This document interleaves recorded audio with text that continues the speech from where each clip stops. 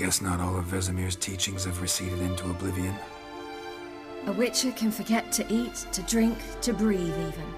But a Witcher never ever forgets to care for his blade. Yeah, I used to repeat that incessantly. Never tired of doing it either. What creature was it? Huh? Creature? One that gave you the scar over your left eye. It's new. I don't remember it. Souvenir from the cockatrice of Spala. Another addition to the collection. Nothing special. Yours has healed beautifully, though. Avalok. He prepared some special ointments for me. But that was before the curse gripped him. Wonder where he is now. We lifted the curse. He's at Kaer Morhen, waiting for you. Are you serious? You must be. You'd not jest about something like that. A nice thing to wake up to. You trust him? Avalok? He's not let me down to date. Not once.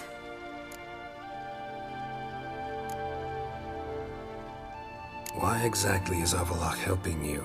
Sages have never been fond of humans. He doesn't do it for me. It's about my power. As if it could ever be about anything else. Avalok tried to teach me how to control my ability. He was also making sure I didn't fall into Eredin's hands. What's Eredin after? What's he want from you? What everyone wants. Control of my powers. His homeworld faces annihilation. Eredin's decided to invade ours. Brilliant, wouldn't you say? Can't achieve much on his own, so he needs to bring an army. Except his navigators can't possibly move him and thousands of NL between planes. Their abilities won't allow it. Whereas yours will. Exactly. And if I die in the process, well, that's a necessary sacrifice.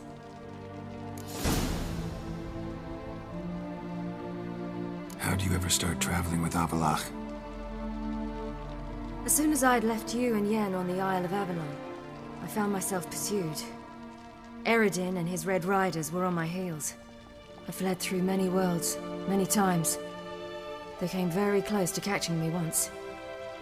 It was then that Avalok appeared, out of nowhere. He found a portal, and took us to a world where Eredin couldn't find us for, oh, perhaps half a year. The world where Eredin couldn't find you. What was it like?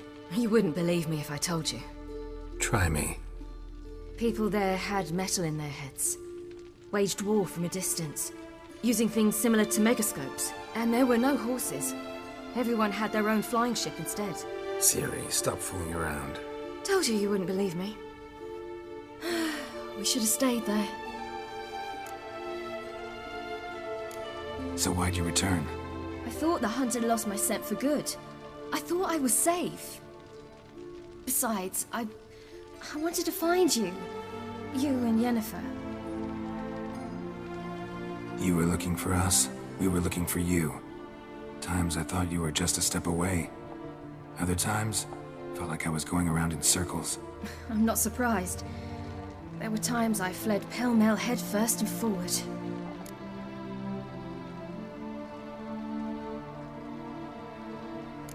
So tell me how it happened, step by step. Eredin located us mere moments after we landed on Ard Skellig. Soon after, he and his riders surrounded us. I thought it was over, the end. Turned out Eredin had other plans. He produced the phylactery, uncorked it. A fog enveloped us, and Avalok began gasping for air. That's how Eredin cursed Avalok, triggered his transformation into Uma? Yes. He didn't wish to kill him. Humiliation, that's what he was after. But Avalok refused to succumb without a fight. He cast a spell that wrought havoc in the hunt's ranks. And in a full half of a forest on Ard Skellig. Yet it also gave us time to flee. Avalok opened a portal.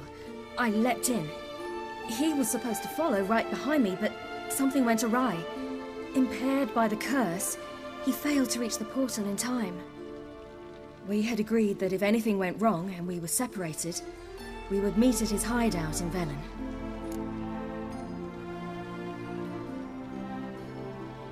But you failed to meet there. Yes, we failed to. Once through the portal, instead of at Avalok's hideout, I landed right in the middle of Crookback Bog. I barely escaped the crones. And then there was the Baron. You know, he took me hunting. I killed a wild boar with my sword. I heard. A coincidence, really. I had no desire to hunt that day, but it felt wrong to refuse. I'd taken nothing remotely resembling a hunting weapon. I simply hadn't intended to hunt. I was wandering through the forest, breathing deep the air. And then I heard a strange sound.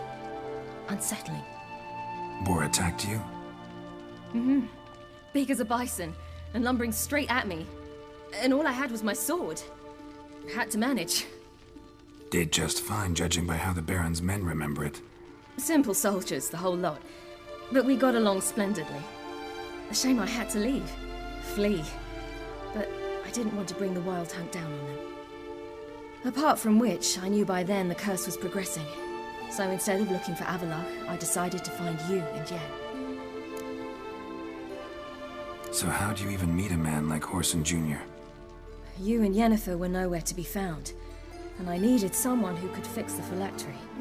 No ordinary craftsman would do. I needed a mage, one with extraordinary powers. Dandelion took it upon himself to help me. It was as if his honor depended on it. He arranged a meeting with a mage, but it proved a trap set by the temple guard. Failed to mention that. Probably didn't want to worry you. Later, we learned the guard did that sort of thing regularly, in the hope of nabbing anyone who collaborated with mages. We needed to find another way. That was clear. Then Dandelion said he knew a man who owned a piece of Novigrad, as he put it, could do more than others. He was certain to know someone who could fix the phylactery. Whoreson Jr. I suspected it might not be the best idea, but I was desperate. I had no choice. You suspected right. Whoreson was not the ideal partner in crime. Damned simpleton got it in his head that we cheated him and kidnapped Dudu. Who you promptly freed only to have to flee to Temple Isle. Great idea. We hadn't planned it. Had no time to consider, we just bolted. I didn't even realize the guardsmen were driving me into a trap. Suddenly there I was, and I knew I had to disappear. At once. And that's when you landed back in Skellige. The shore of Hindisfjall. The first pleasant place that came to mind. Hjalmar and I used to swim there. Wait, so you actually wound up there by accident?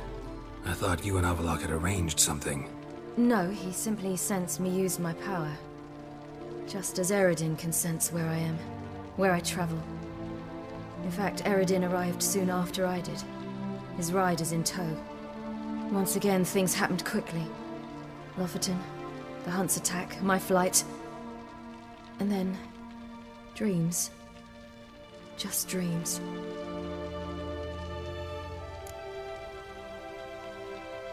What did you dream? I've had nothing but nightmares lately. Pretty horrible. Likewise, for the most part. In one, a monster grown from a stillborn child chased you. Ugh, that was horrible. Had a few nice dreams. For example, in one we sat around a fire, drinking good wine, and all around people danced and laughed. Like that one a lot better. Me too. But these dreams, and the others, ended in some tower. No matter what I dreamed, in the end, I would enter a tower. Recognize it? Know where it might be? Not sure. I don't think so, but there was something familiar about it. And something terrifying. The tower was stark and dead. But at the same time, I felt I had to enter it. Did you? No. Dreams all ended with me searching for the entrance. And the last time, instead of the tower, I saw your grizzled face. If not for the scar over your eye, I'd have thought I was still dreaming.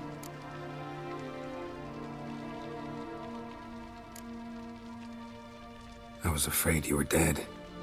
Found some dwarves here. Said they'd try to wake you, but you were cold as ice, and you weren't breathing. And yet you came in. Who listens to dwarves these days? Speaking of which, they're probably getting antsy. We should go. Got a boat on the beach. Once we land, we'll head for Kaer Morhen. On horseback. Right. Conventional means of travel. They're just better. Though a portal would be quicker. And draw Eredin to us immediately. Rather not risk it. Besides, I hate portals.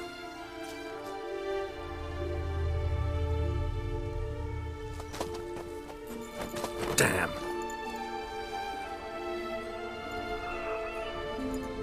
Listen, we gotta think of a way to...